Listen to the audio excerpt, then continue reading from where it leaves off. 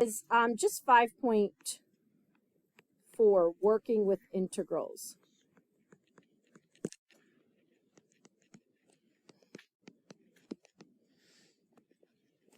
And we're just, like I said, going to do a little bit today. This is kind of just good things to know.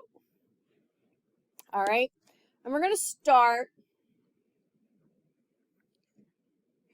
with, we're going to calculate together the integral.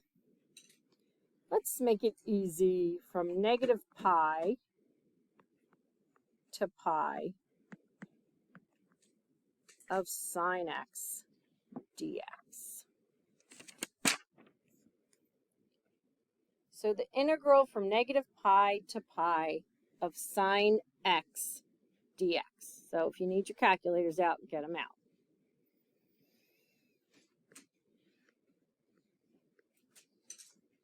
Keep in mind when you're working with definite integrals, what makes this a definite integral? I've got the lower and upper bounds, so we don't have to worry about c's. C's just kind of cancel away anyway. What is the integral? Which function, what's the integral of sine, everybody? Yeah, you want to memorize those, right? So you have to go the opposite, so it's negative cosine.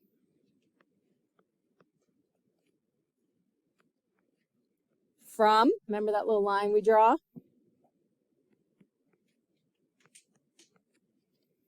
From negative pi to pi. So it's negative cosine. And how do I start? Negative cosine of minus negative cosine of negative pi, right?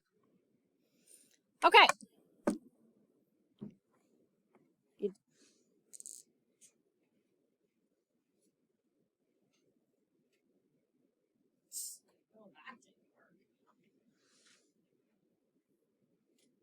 I know this one works.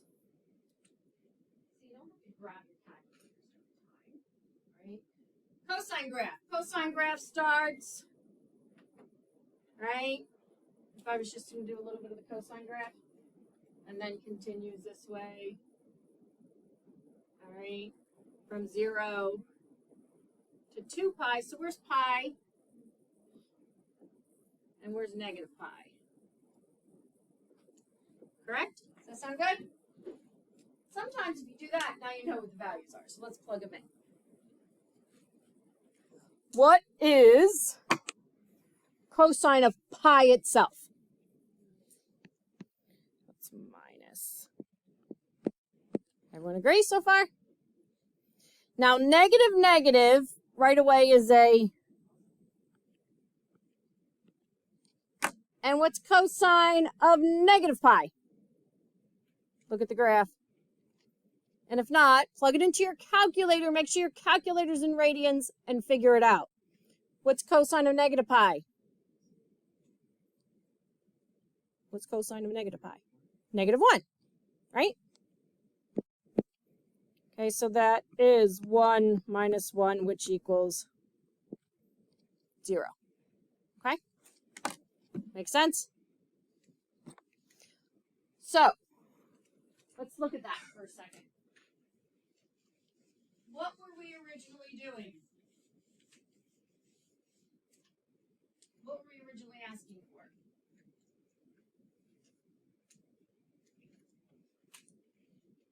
The integral of the sine function, right? So let me draw the sine function. Sine function go like this. Right?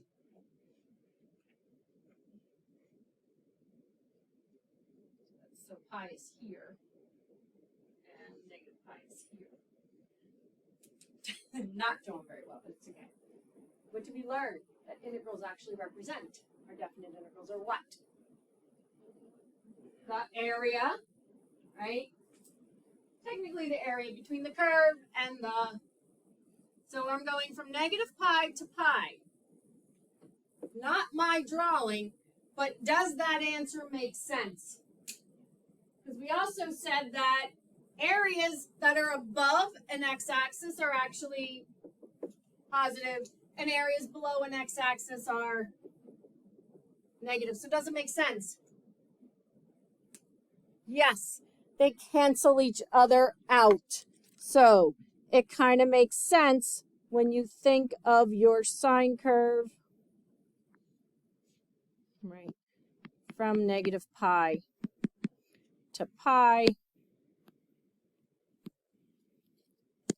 When you do an indefinite integral, you're automatically calculating what we refer to as a net area or a signed area, meaning we utilize the signs.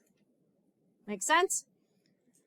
What kind of function is a sine function that we know it's got this? What kind of symmetry is this called, by the way?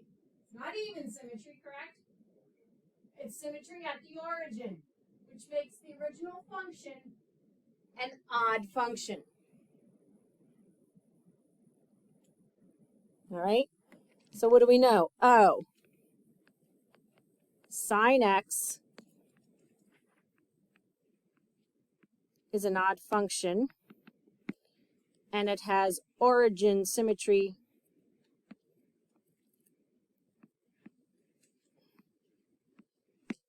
at the origin. Okay? Very similar to the sine function that we just had on the board is the cosine function. Cosine function is an, what kind of symmetry does cosine have?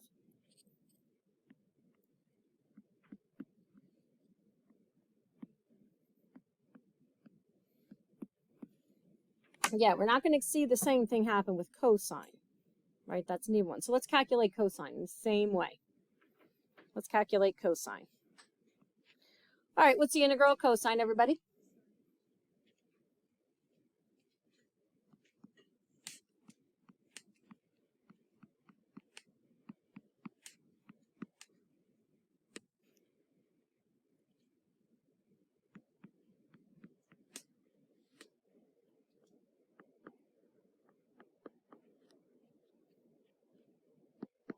What's sine of pi?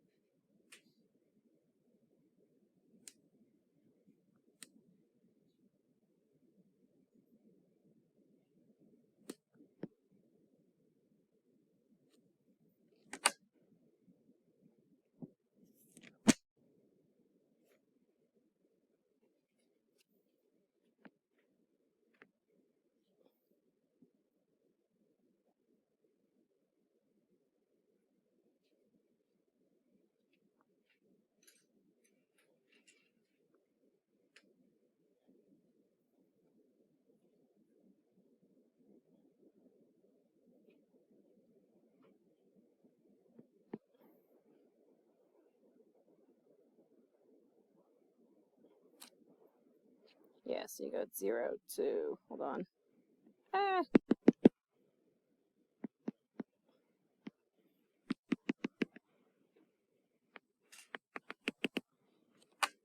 Now I remember why I use pi over 2 and not pi. It happens to work out this way for sine. So again, it's an area, right? So we have, I'll do it on here. The area, we get this whole area, correct? But then we also have these little pieces, correct? And you can kind of see it would all cancel each other out. All right. Not the best example. I should have used pi over 2. I'll show you why in a minute. Because if I use pi over 2, it'll come out a little better. So let's do cosine again. But this time, use pi over 2.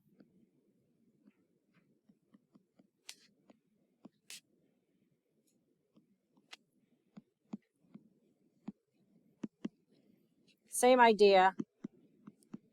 but now go from negative pi over 2 to pi over 2. It'll make sense to you in a second why that one didn't quite work the way I wanted it to. So that's going to give me sine pi over 2 minus.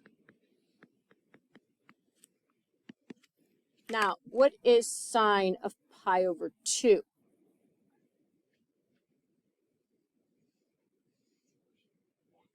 Sine of pi over 2 is 1. Yeah, you can use your calculator, you can use whatever you want. Sine of pi over 2 is 1. What is sine? I have a sine curve up here. So pi over 2 is here. It's 1. What's negative pi over 2, everybody? Negative 1, right?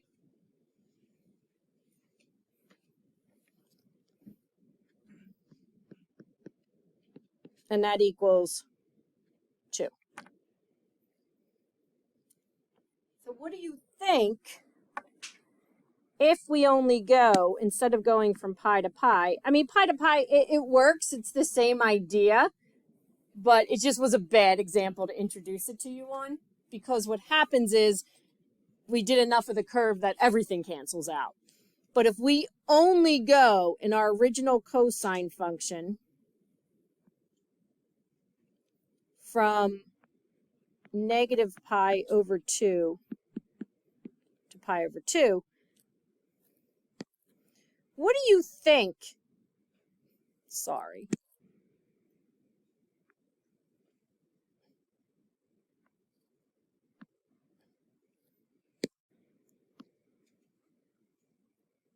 What do you think that area is, by the way? If the whole thing's 2, what do you think this area is? Yeah, that's going to be 1, and then that's also going to be 1. So would it make sense to say for this problem, it's equal to the cosine pi over 2 to 0 doubled? Does that make sense? That this from negative pi over 2 to pi over 2, okay, is going to be double of just going from here to here. Does that make sense? Yes, because what kind of function is a cosine function? It's an even function. So it's symmetric across which axes? The y-axis. Okay.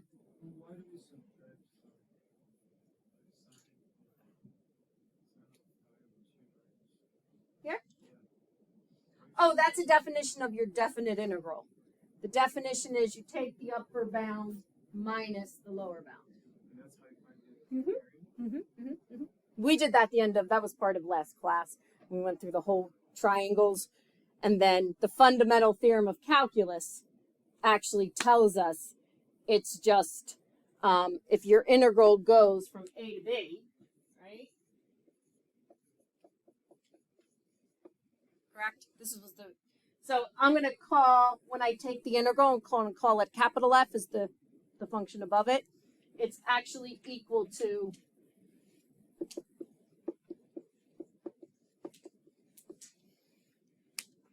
that was the fundamental theorem of calculus. Okay? That's why we subtract. All right?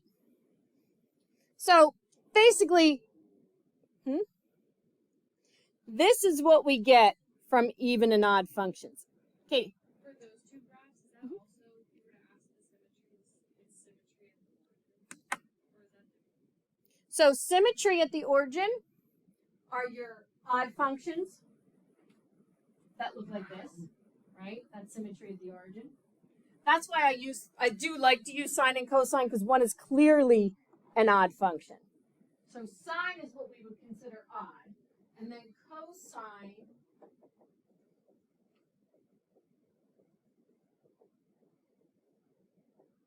is even because it has y-axis symmetry. You fold it right over the y-axis. Okay? So basically, here's what the theorem states. So this is your theorem.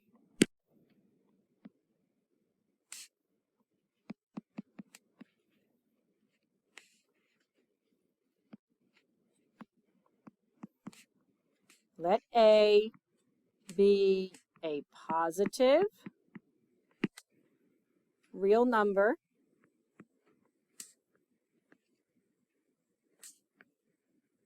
and let F be integral function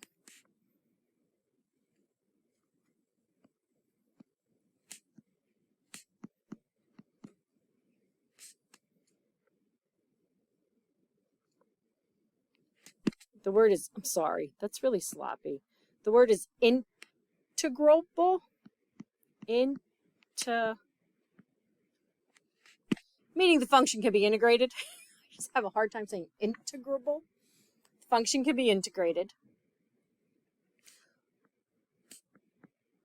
on the interval. Now let's look at our intervals for all these problems. Notice we're going from the negative to the positive with the same value, right? For all of them. So we're going to go from negative A to A.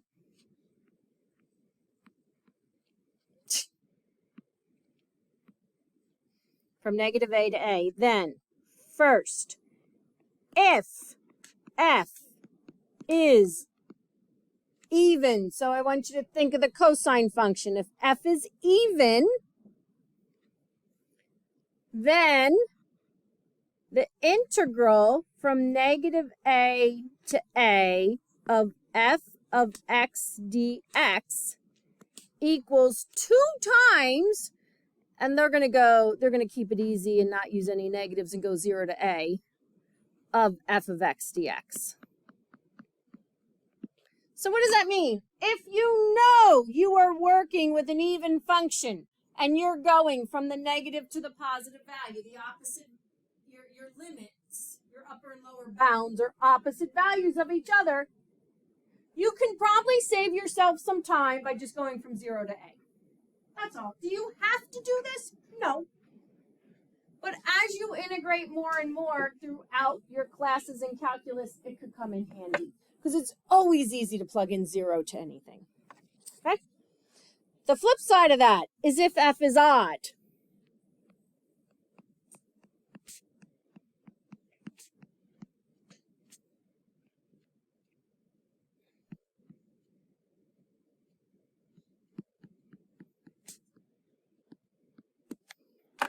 How do I finish that? Give it a second. So now I want you to think about it. If F is odd, now I'm talking about my sine function, and I'm going from the same to the other. What's it going to end up being? It's just 0.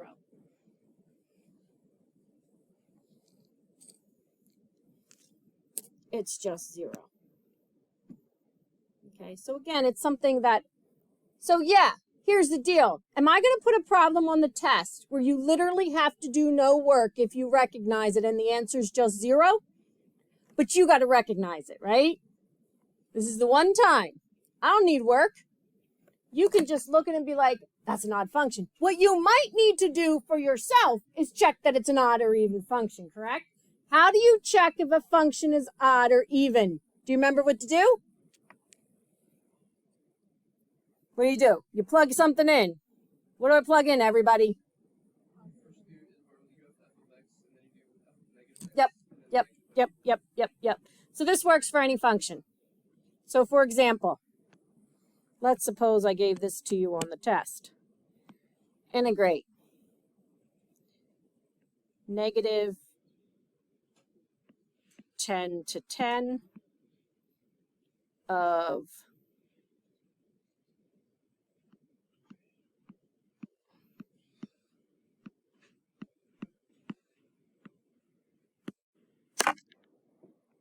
there you go. Integrate negative 10 to 10 of x to the 4th plus 3x squared dx. You can certainly do the work and do the integration. That's just fine. Right? Is there a shortcut to this one? Yeah. So what you might want to do real quick off to the side, though, is say, hey, wait a minute. This is what you're checking. You have to check what f of negative x is. Because if f of negative x, which in this case looks like this, Oh, isn't that just x to the fourth?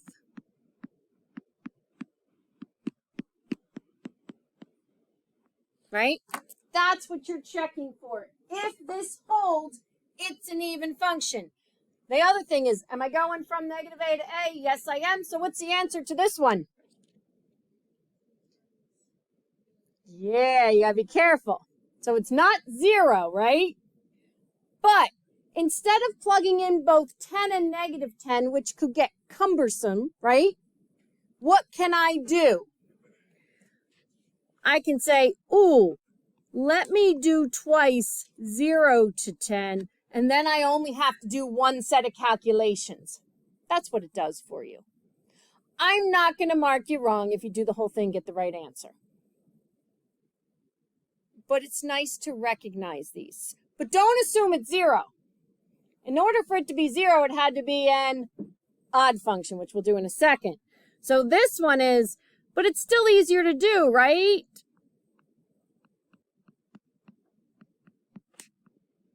All right, so I need to do my integration. What's that going to be? That's x to the... Everyone agree?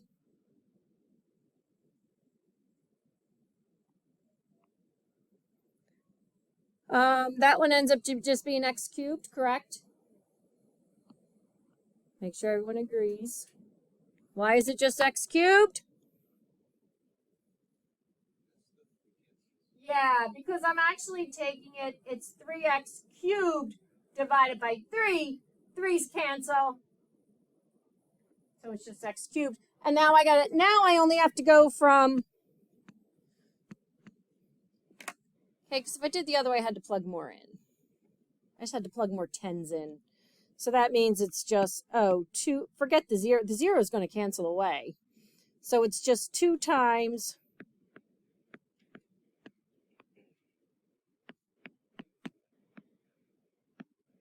minus a big fat 0. Because guess what happens when I plug in 0 plus 0? The whole thing goes to 0. So it helps you because it eliminates some of your math. That's all it does. I'm not working that out. I don't care. But it's something. You can work it out on your calculator if you want. Stretch or question? Question.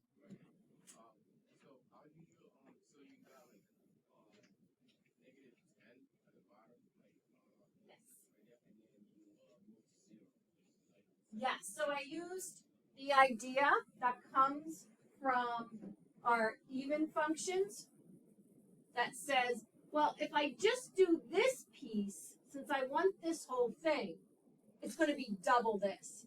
By doing just this piece, I get to use 0 as one of my bounds, and it's less calculations for me to do. That's all. Can you get the same answer from going from negative 10 to 10? Absolutely. So if you went like from negative 10 on top and to like 10,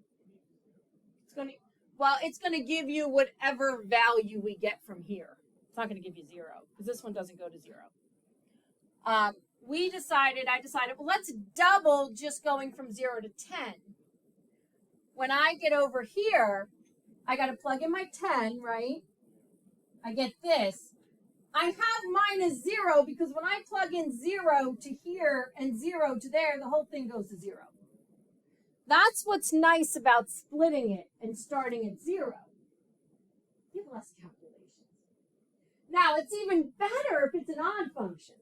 Because if it's an odd function and you can recognize it as an odd function, so let's do the integral of negative 81 to 81 of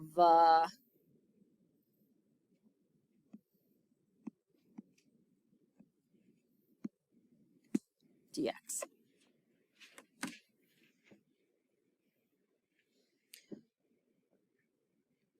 What's the answer? 0. It's just 0. You don't have to do any work. It's just 0. How do I know it's 0? Well,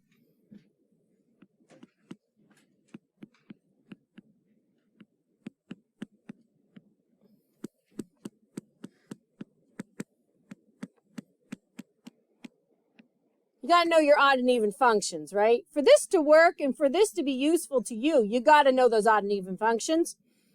oh, that's negative 4x cubed, which equals opposite. That's how you test that it's an odd function. You start with your f of x. You plug in negative x. It becomes the opposite of f of x. That's an odd function. If you have an odd function and you go from one side to the other side, those two sides are going to automatically do what with each other? Cancel each other out, just 0. So this is the type of problem that if you see it on a test, stop. Check if it's even or odd, because if it's odd, I get to put 0, and if it's even, I get to at least do half the work. That's all. Okay? So as I said, I just wanted to give you, I'm going to stop with the even odd functions today just to kind of go over those. We'll do average value and we'll do U substitution on Tuesday after break. But as